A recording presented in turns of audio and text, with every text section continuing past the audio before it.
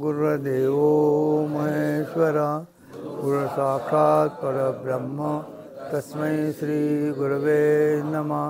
सर्वमंगले मांगल्ये शिवे सर्वार्थ साधिके शरण्ये त्र्यंबके गौरी नारायणी नमोस्तुते। आपल्या भारतात विशेषतः महाराष्ट्रातील सगळीकडे एक अतिशय वाईट पद्धत सुरू झालेली आहे। ज्यांची लायकी नाही, काही नाही, फक्त ते राजकीय नेते होते एवढीच त्यांची लायकी, तरी त्यांची जयंती साजरी केली जाते। खरं म्हणजे कुठलाही व्यक्ती जोपर्यंत तो हयात आहे, जिवंत आहे, तोपर्यंत त्याचा वाढदिवस करणं समजू शकतो, वाढदिवस साजरा होतो। पण त्याचं शरीर सुटल्यानंतर त्याचा कर्मांचा स्वर्गात नरकात तो आपला विषय नाही आहे। पण नंतर त्याची जयंती साजरी करणं हा मूर्खपणा आहे। अनेक राजकीय लोकांच्या अशा जन्मदिवशी साजरे होतात कारण नसताना। आपल्याकडे जेवढे संत होऊन गेले त्या संतांची कोणी जयंती साजरी करत नाही, पुण्यतिथी साजरी करतात ना। संत ज्ञानेश्वर माऊलीपासून नामदेव गण, कारण काय, पुण्यतिथी साजरा करण्याचा अर्थ होतो की त्यांनी ज्या तऱ्हेचे आयुष्य जगले ते समाजासाठी आदर्श रूप होतं। काही विशेष कर्म त्यांनी केलं आणि असा इतरांनी व्हायचा प्रयत्न करावा म्हणून पुण्यतिथी। जयंती फक्त भगवान श्रीराम, भगवान कृष्ण यांची अशा करता की त्यांनी कधी शरीर सोडलं नाही आणि लोक कल्याणासाठी अवतारित ईश्वर अवतार होते म्हणून त्यांची जयंती। भगवान रामने शरीर सोडलं, कृष्णाने सोडलं तर काही माहिती नाही, जन्माला आले एवढं माहिती आहे। म्हणून अशा अधिकारी लोकांनी की अवतारी पुरुषांची जयंती ही गोष्ट वेगळी, जे जन्मदा लोकांच्या कल्याणासाठी आलेले आहेत, जसं ज्ञानेश्वर माऊली। पण तरी देखील महाराष्ट्रात अधिकतर त्यांच्या समाधीच्या वेळी गर्दी होते दर्शनाची, कारण त्याने काही विशेष जीवन जगलं म्हणून। त्यामुळे नको त्या माणसाची जयंती साजरी काही केवळ राजकीय मजबुरी म्हणा, गुलामगिरी म्हणा, मानसिक गुलामगिरी, ते सोड, आपल्याला त्यावर टीका करायची नाही। अधिकारी पुरुष शरीर सोडतो, सामान्य माणसं मरतात। सामान्य माणसं मरतात म्हणून त्यात पुन्हा कोणाशी संपर्क करण्याची त्यांची क्षमता नसते। आज एक संन्यासी ताई आले तर बाहेरून, त्यांना काही शंका होत्या आणि त्या विचारायला होत्या, या शरीराचा एक जे सूक्ष्म शरीर, त्या स्थूल आणि सूक्ष्म शरीर वेगळे झाले की मृत्यू होतो मरताना। पण अधिकारी पुरुषांचं स्थूल आणि सूक्ष्म शरीर ते जिवंत असतानाच वेगळं होतं आणि म्हणून ते सूक्ष्म शरीर गेल्यानंतर देखील ते जिवंत राहू शकतात, हा त्यांचा अधिकार। आणि म्हणून ते शरीर सोडताना इतरांसारखे ते मरत नाही, शरीर सोडतात। फरक काय पडतो की ते आपल्या शिष्यांच्या कल्याणासाठी कितीही वर्ष गेली त्यांनी शरीर सोडून तरी आवश्यकतेनुसार ते मार्गदर्शन द्यायला येतात। 2-3 घटना सांगतो। आम्ही ऋषिकेशमध्ये होतो साधना काळामध्ये, तिथे एक डॉक्टर होते, डॉक्टर हंसराज शर्मा, 80च्या पुढे वय, साधू संतांची खूप सेवा करायचे, खूप सेवा करायचे, अतिशय सत्यप्रिय होते डॉक्टर। त्यांनी एक दिवशी आम्हाला म्हटलं की स्वामीजी आयुष्य संपत आलं, गुरु महाराजांचं शरीर सोडून 30-40 वर्ष होऊन गेली, माझी साधना कुठे कशी चालली मलाच कळत नाही आहे, कोणी मार्गदर्शन करणारं कोणी नाही आहे, तुम्ही मला काही मदत करा। म्हणजे एक काम कर, ते रोज संध्याकाळी ऋषिकेशला गंगा किनाऱ्यात एक छोटंसं बंगला आहे, छोटीशी छान कुटीर आहे जिथं जयदयालजी गोंयकार राहायचे आल्यावर, त्याची चावी यांच्याकडे होती। ते तिथे जाऊन ध्यानाला बसायचे संध्याकाळी गंगा किनारी। आम्ही त्याला आज संध्याकाळी आम्ही येतो, गेलो, बसा समोर, बसले। ते ध्यानाला बसल्यानंतर ज्यावेळी त्याने डोळे उघडलेत, आज काही विशेष, स्वामी रोजपेक्षा आज खूप शांत आणि प्रसन्न ध्यान लागलं। म्हणजे तुम्ही म्हणतात की गुरुने शरीर सोडून 43 वर्ष होऊन गेली, माझा काही संपर्क नाही. तुमचे गुरु तुमच्या पाठीमागे होते. माझ्या पाठीमागे म्हटलं हो, तुमच्या पाठीमागे होते. आणि बरोबर आणखीन एक कोणी अधिकारी स्त्री पण होती, साध्वी पण होती. तर चल आपण आधी घरी जाऊया. डॉक्टर अतिशय हुशार. घरी गेल्यानंतर त्यांनी त्यांचा गुरु महाराजांचा जो फोटो होता तो नाही दाखवला आम्हाला. हां हेच दिसले किंवा स्वामीजी सांगितलं हां हेच दिसलं सांगतील म्हणून त्याने एक मोठा ग्रुप फोटो, ज्यामध्ये 10-12 साधू एका रांगेत बसले होते, काही ग्रसा मागे उभे होते, तो फोटो आम्हाला दाखव. तुम्हाला जर माझे गुरु दिसले तर यातले कोण होते ते, यातले कोण? आम्ही एका फोटो बोट हे होते. आणि मग मला त्यांना डोळ्यात पाणी आलं. हो म्हणाले हे माझे गुरु. मग त्याने गुरूंचा फोटो आणला. सांगितलं तो, मी आधी हा फोटो अशा करता आणला नाही की तुम्ही म्हणके हेच होते. मला खात्री करून घ्यायची होती की तुम्हाला ते खरोखर दिसलेत. हे होते 12-14 साधूंचा ग्रुप फोटो, मागं ग्रस्त उभे. म्हटलं त्याने शरीर सोडून त्यांचं तुमचं लक्ष आहे. तुम्ही ते चुकीचा मार्ग त्याने तुम्हाला सांगितलं. आमच्या मित्राची पत्नी, मित्र म्हणजे बालमित्र, तुमच्या काही लोक ओळखतात म्हणतात, ते कलावती देना गुरु मानायची.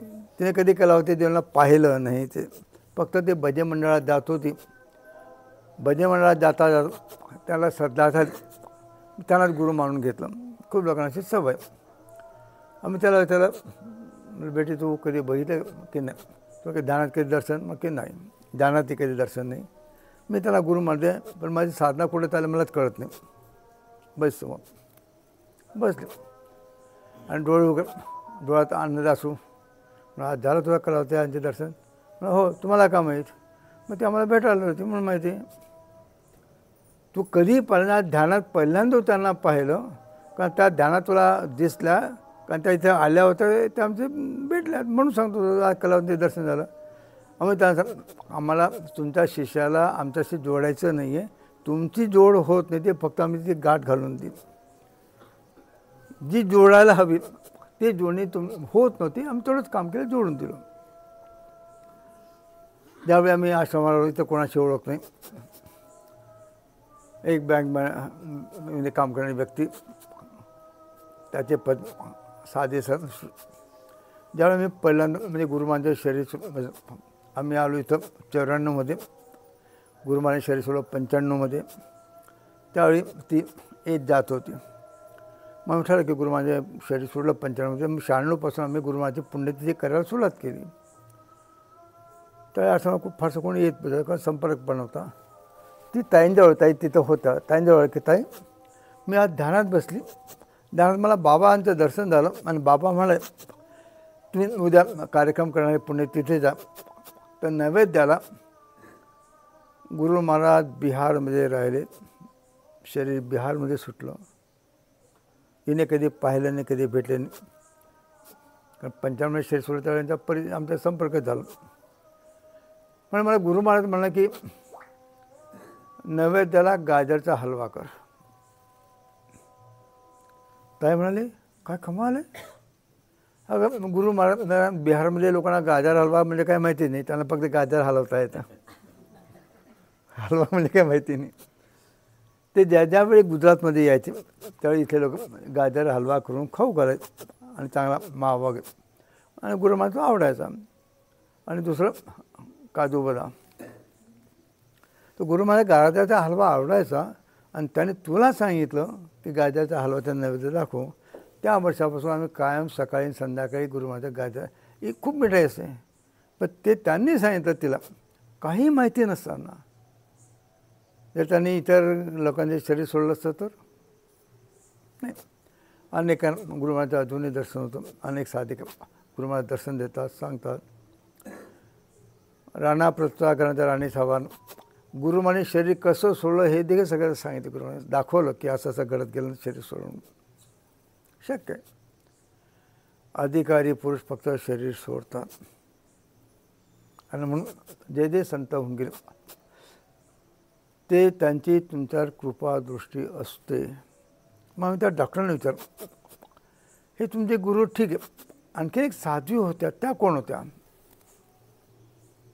त्यामुळे त्यांचं नाव तुम्ही काही लोकांना ऐकलं, त्यामुळे त्या मा आनंदमयी असल्या पाहिजेत. त्याला फोटो देतात. आम्हाला आनंदमयी त्यावेळी संपर्क नंतर आम्ही दर्शनानंतर गेलो. म्हटलं हो या होत्या. म्हणजे ह्या कशा? म्हणाले की सुरुवातीच्या काळ ते औषध घ्यायचं, नंतर त्याने औषध घेणे सोडून दिलं होतं, पण सुरुवातीला मा आनंदमयी औषध घ्यायच्या आणि मीच त्यांचा डॉक्टर होतो, मी त्यांची सेवा करायचो डेहराडूनला. त्यावेळी ते तिथं होते, तर मी औषध द्यायचो. असं बराच काळ त्यांची सेवा करायची मला संधी मिळाली. आणि मग एका दिवशी त्यांनी विचार स्वस्थ की बोल तुला काय पाहिजे? मला की महाराज मला काही नको आहे, मला काही नको आहे. खूप आग्रह केला, तुला जे हवं ते मी देईन. अधिकारी होता, तर मला काही नको, तुमच्या आशीर्वादाशिवाय मला काही नको असं म्हटल्यानंतर मग त्यांनी मला जवळ घेतलं, हृदयाशी घेतलं, माझ्या डोक्यानं हात फिरला, जा. मग याचा अर्थ असा की त्यांनी तुमच्या लक्षात ठेवून आहेत. त्यांनी हृदयाशी घेतलं, डोक्यानं हात फिरला, तुम्ही काही माहिती नाही, तुमचा आत्मकल्याणाचा त्यांनी आशीर्वाद दिला, म्हणून तुम्ही आमच्यासमोर बसल्याबरोबर त्याही आल्यात. मग आनंदमयी त्यांनी शरीर सोडलं होतं, आम्ही दर्शन केलं होतं त्यांनी, नंतर शरीर त्यांनी सोडलं होतं. अधिकारी पुरुष कधीही फक्त ते तुमची किती आर्तता आहे, किती व्याकुळतेने तुम्ही बोलता त्यावरती अवलंबून. अजून अनेक लोकांना गजानन महाराज दर्शन देतात. तुम्हाला कधी महाराष्ट्रीयन लोकांना चारुशिला पटवर्धन नाव ऐकून माहिती असेल. त्यापूर्वी सह्याद्रीवर न्यूज चॅनलवर बातम्या द्यायच्या. काही सिरियलमध्ये पण त्यांनी काम केले. त्या न्यूज एडिटर पण होत्या. साधनेची तळमळ होती. गुरु केला नव्हता, त्यांनी विनंती केली, पण तुमची श्रद्धा कोणावर? ज्ञानेश्वर माऊली. ठीक, तुम्ही ज्ञानेश्वर माऊलीला गुरु माना. साधने आणि खूप चांगली साधना होती त्यांनी. त्यांना मी दीक्षाही दिली होती, गुरुमंत्री दिला होता, दीक्षाही दिली होती. त्यांनी एक गंमत सांगितली आम्हाला की मी आणि माझी बहीण आम्ही पुण्याहून शेवगावला जायचं होतं. शेवगावला गेलो. मी पोथी वाचायला बसली आणि तिकडं नक्षत्र चालू झालं, जेवायची व्यवस्था चालू झाली. बहीण आली, चल ग तिथं जेवायची चालू झालं, आपण जेवायला. मी जेवणार आहे, मी तिथं जेवायला येणार आहे. आई नेहमी म्हणायचं हे माझं माहेर आहे. आई जर माहेर म्हणत असेल तर आईचं माहेर आहे, म्हणजे आपला गुजरातमध्ये आलं त्यामुळे मोसाळ आपलं आईचं. तर मी इथं खाईल तर पुरणपोळी खाईल, नाही तर उपाशी जाईन.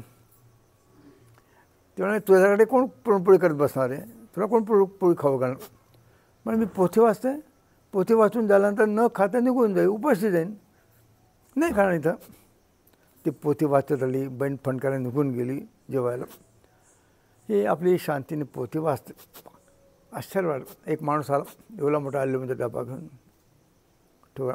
मला बाई यात पुरणपोळी आहे, तुला जेवढा खायचं तेवढा काय, बाकीचं वाटून दे.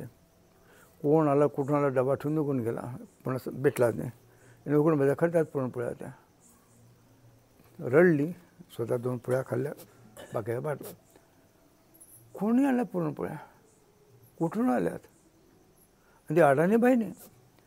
त्यानंतर मग पहाटे उतरला एकदा दुसऱ्यांदा शेगाव स्टेशनवर. त्या स्टेशनवर विचारलं आम्हाला, त्यावेळी बसेस सुरू झाल्या शेवगावला, जे आता बसेस येतात त्यावेळी नव्हत्या, की आम्हाला मंदिरात जायचे, महाराजांचा समाधी मंदिर. इथं काही वाहन दिसत नाही, कुली नाही, आमच्याकडे सामान जास्ती आहे. तो मला स्टेशनवर सांगा की बाई इथं बसा, अजून सकाळ व्हायची, अजून अंधार, लहान स्टेशन, सकाळ झाली की मग इथं कुली येतील, तुम्हाला बसून राहा. आता त्यांना वाटलं की बसून राहा, किती वेळ लागेल, काय दर्शनाची ओढ. असं मागं बा त्या एक हट्टाकट्टा कुली आला, ते तुम्हाला मंदिरात जायचे, त्या यामध्ये बाहेरचे की वाहन ते सामान ठेवायचं, हो आणा. त्याने बॅग उचलली, दुसरी बॅगाची एक बॅग डोक्यावर ठेवली, दोन्ही बहिणी गेल्या. रिक्षा थांबून ठेवला. मग ह्या मागं वळाल्यात त्या हमाली देण्यासाठी. कोणी नाही गेलं, दर्शन केलं आणि मग लक्षात आलं की आपण चेहरा का नाही बघितला. आपण आपल्यासाठी ज्यांच्या दर्शनाला आलो त्यांनाच कष्ट दिले, तेच सामान घेऊन काढून गेले. अशा लीला घडत असतात. प्रश्न तुमच्या श्रद्धेचा आहे. आणि आताच परवांचं गुरुचरित्रावर पुस्तक प्रकाशित झालं. त्या प्रवचनात देखील आम्ही एक लोकांना प्रश्न विचार, तुमच्यापैकी अनेकांनी गुरुचरित्राचे पारायण केलं असेल पारायण. जर तुम्हाला विचारलं की गुरुचरित्र नेमकं काय सांगतं हे एका वाक्यात सांगा, गुरुचरित्र तुम्हाला नेमकं काय शिकवतं एका वाक्यात सांगा, सांगता येणार. गुरुचरित्र एका वाक्यात सांगायचं असेल तर विकल्परहित श्रद्धा. मनामध्ये किंतु परंतु काही नाही, निस्सीम श्रद्धा. कुठली मनामध्ये शंका कुशंका न घेता, ज्याला विकल्परहित श्रद्धा म्हणतात. आणि जो पण तुमचा विकल्परहित श्रद्धा येत नाही तोपर्यंत साधनेत काही प्रगती व्हायची नाही. तुमच्याजवळ बुद्धी आहे आणि बुद्धी नेहमी धोका देतो, शंका कुशंका उत्पन्न करत राहतो. हे खरं ते खरं हे असतेच. कोणी काय सांग आला की कान हलके ऐकतात. विकल्प श्रद्धा म्हणजे गुरुच्या वचना. गुरुचरित्र अशा अनेक कथा आहेत वेळसंबंध. त्यात एकच निष्कर्ष, ज्याने विकल्परहित श्रद्धा ठेवली त्यांचं कल्याण झालं.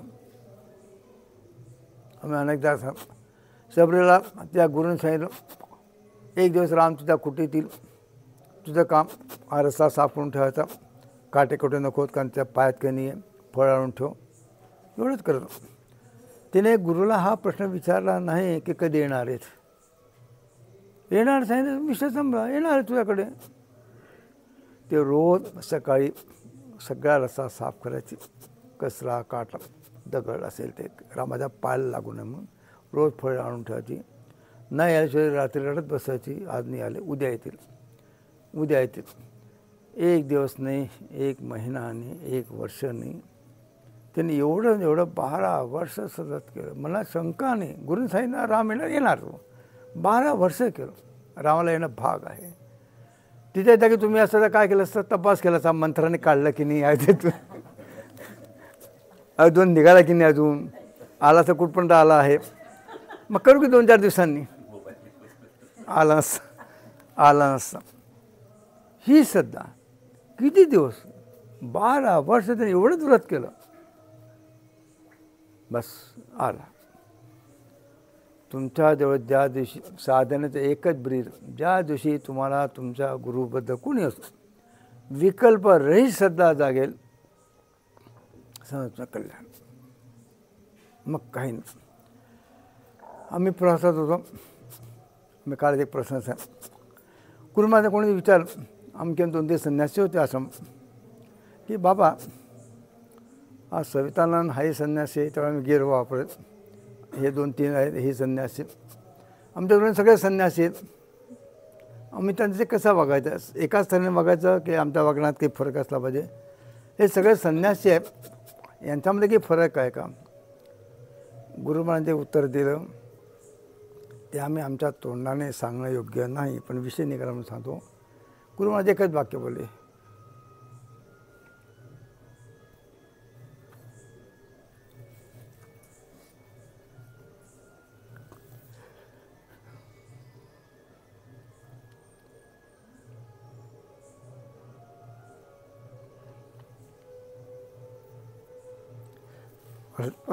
नंतर सांगतो.